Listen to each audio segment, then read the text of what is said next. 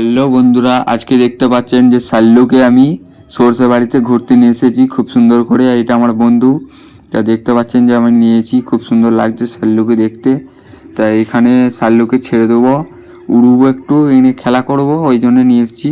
ঠিক আছে, তা দেখা যাক কি করে আমাদের সাল্লু। সাল্লু তো এবারে দেখুন কি সুন্দর রয়েছে, কিভাবে খুব সুন্দর কিউট কবুতর। এটা ছেড়ে দেওয়া হলো, উড়িয়ে দেওয়া হলো একবার। দেখুন কবুতরটা কি সুন্দর উড়ে উড়ে যাচ্ছে, আবার আসবে, কিন্তু দেখুন উড়ে বেড়াচ্ছে কি সুন্দর, কিন্তু পালাবে না। এই পোষা কবুতর আমার, এর নাম হচ্ছে সাল্লু।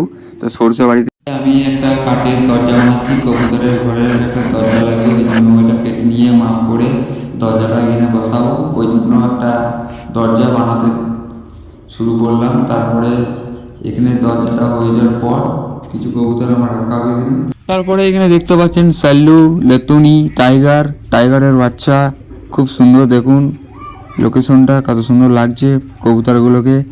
এখানে আমার পাখিগুলো সব থাকে, এখানে চালায়। এখানে দেখো রোগ নিচ্ছে আমাদের সাল্লুর এবার একটা গার্লফ্রেন্ড লাগবে, ও জোড়া দিতে হবে, ওর জোড়া নেবার ইচ্ছা আছে, তার জন্য ও রোগ নিচ্ছে। খুব সুন্দর লাগছে দেখতে পাচ্ছ। তারপরে এই যে এটা আমার লতুনি খুব সুন্দর ডিম বাচ্চা করছে।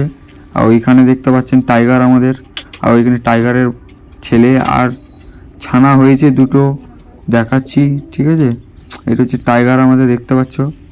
টাইগার খুব পুরনো পাখি। এটা হচ্ছে আমার পুরনো ঘরের দরজাটা লাগাইছি, তারপরে ভিডিওটা দেখাচ্ছি, দেখুন কেমন হয়েছে এটা বলবেন। ঠিক আছে, এখানে আমার পুরনো ঘরটা বানালাম। এটা হচ্ছে আমাদের বাইরের দরজাটা, দেখতে পাচ্ছেন। আর এইখানটা হচ্ছে আমাদের ওপরের ঘরের ইটা, আর এটা আমাদের সাল্লুর ঘর। এটা হচ্ছে আমাদের ছোট ছানাগুলো, দেখতে পাচ্ছেন 3-4 দিনকার বাচ্চা কতটা বড় হয়েছে। তাই বড় হয়ে যাওয়ার পর দেখা যাবে এই পাখিগুলো কত সুন্দর। তো এখানেই ভিডিওটা শেষ করলাম।